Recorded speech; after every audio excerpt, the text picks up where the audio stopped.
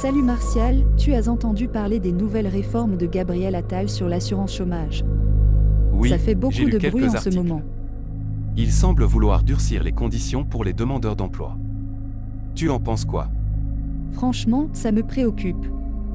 Prenons l'exemple de Dominique, un ancien responsable de recrutement que je connais. Après son licenciement économique, il se démène chaque jour pour rester actif et trouver un emploi.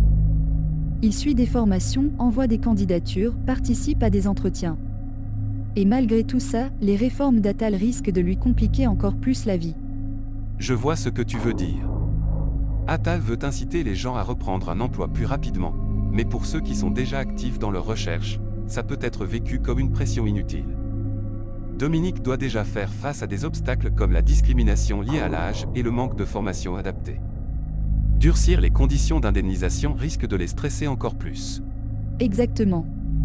Réduire la durée d'indemnisation ou imposer des obligations supplémentaires pour prouver la recherche active d'emploi peut paraître injuste.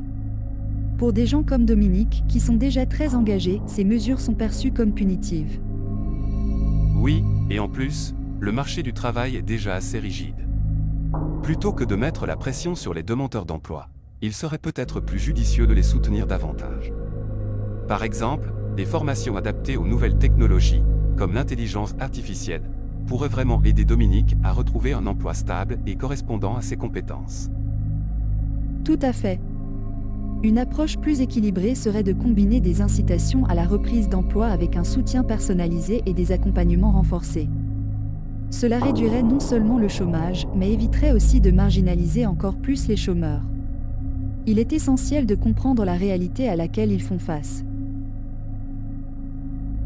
C'est vrai. Une politique trop dure peut facilement se retourner contre son objectif initial.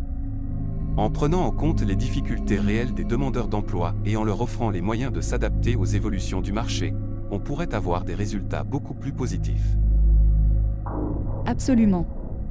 En fin de compte, il ne s'agit pas seulement de réduire les allocations, mais de s'assurer que les chômeurs puissent réellement retrouver un emploi stable et adapté. Les réformes doivent être justes et équilibrées pour être efficaces. Espérons que les décideurs prendront en compte ces aspects. Merci pour cette discussion églantine. C'est toujours enrichissant de voir les choses sous différents angles. Merci à toi Martial. J'espère vraiment que ces réformes seront réajustées pour mieux répondre aux besoins des demandeurs d'emploi. À bientôt!